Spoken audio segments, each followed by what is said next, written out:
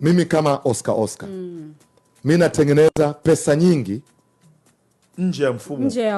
Tena ngoja niseme vizuri, mimi natengeneza pesa nyingi Instagram kuliko mshahara wa Wasafi Media. Yeah, that's true.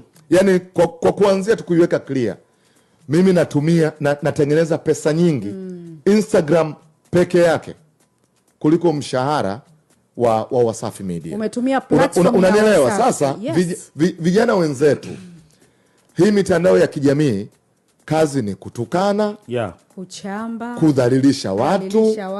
Unanielewa? Badala ya kuteka advantage ya kutengeneza pesa.